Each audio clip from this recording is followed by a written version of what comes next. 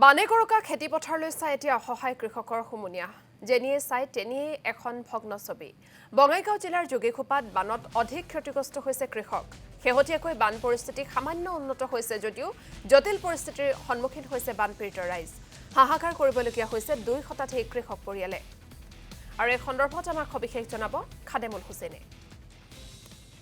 হয় নিশ্চিতভাৱে আপুনি ইতিমধ্যে উল্লেখ কৰিছে যে কেইবাদিন ধৰি মুখলধাৰ বৰষুণ হোৱা হেতুকে উজনি কি নামনি এতিয়া বানপানীৰ সংহাৰী ৰূপ ধাৰণ কৰিছে আৰু বিশেষকৈ মই এই মুহূৰ্তত উপস্থিত আছোঁ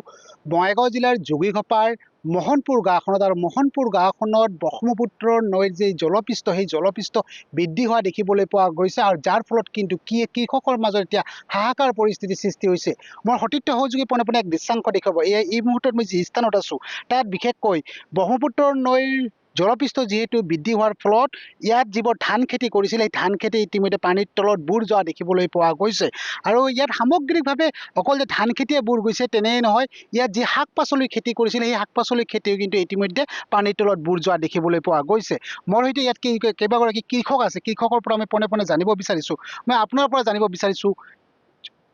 জেঠমেহীয়া যি পানী সেই বানপানী আপোনালোকৰ খেতিপথাৰ ইতিমধ্যে পানীৰ তলত বুৰ গৈছে কি ক'ব এইটো ক্ষেত্ৰত মানে আপোনালোকৰ চেনেল দি এটা কথাই ক'ব বিচাৰো যে আমি মানে যিমানখিনি দিনলৈকে আমি খেতি পথাৰৰ লগত জড়িত আজিলৈকে এনেকুৱা পানী হোৱা নাই মানে হঠাৎকে এটা ৰাতিৰ ভিতৰতে মানে পানীখিনি আহিল আৰু পানীখিনি একেবাৰে উফন্দি উঠি আমাৰ ধান খেতিৰ পৰা ষ্টাৰ্ট কৰি মৰাপাট আপোনাৰ কেঁচা শাক চব্জিৰ যিখিনি খেতি আছিলে গোটেইখিনি বুৰাই পেলালে এতিয়া আমি কৃষক ৰাইজে মানে আমাৰ এইখন গাঁৱত বেছিভাগ মানুহ আমি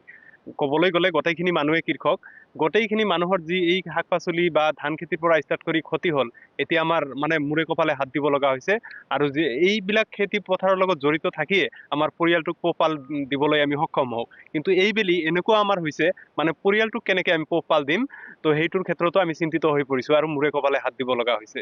মাটি কিমান মাটিত আপোনালোকে খেতি কৰিছিলে ইতিমধ্যে পানীৰ তলত বুৰ গ'ল ইতিমধ্যে আপোনাৰ 1000ৰ পৰা 1500 বিঘা মাটি পানীৰ তলত ধান খেতি অকল বুৰ গ'ল আৰু লগতে শাক পাচলিৰ খেতিটো আছেই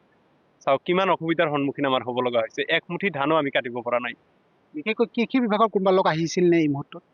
এই মুহূৰ্তত আমাৰ লগত কৃষি বিভাগৰ লোক অহা নাই ৰাজনৈতিক দলৰ ফালৰ পৰাও কোনো মানুহ কোনো নেতা আহি আমাৰ লগত কোনো যোগাযোগ কৰা নাই বা সাহায্যৰ হাতো আগবঢ়োৱা নাই আজিলৈকে নিশ্চিতভাৱে আন এগৰাকী লগ আছে মই আপোনাৰ পৰা কিছু কথা জানিব বিচাৰিছোঁ যে যথেষ্ট ক্ষতিসাধন হৈছে আপোনালোকৰ খেতি পথাৰ কি ক'ব হয় আমাৰ ইফালে বহুত ধান খেতি তাৰপিছত আপোনাৰ চব্জি যিমানখিনি আছিল গোটেইখিনি পানীৰ তলত বুৰ গৈছে বিশেষকৈ চৰকাৰী লোক বা বিষয়া আহিছিল নে নহয় অহা নাই আমাৰ ইফালে আজিলৈকে অহা নাই গ্ৰাম সেৱক নাই কায়ো অহা নাই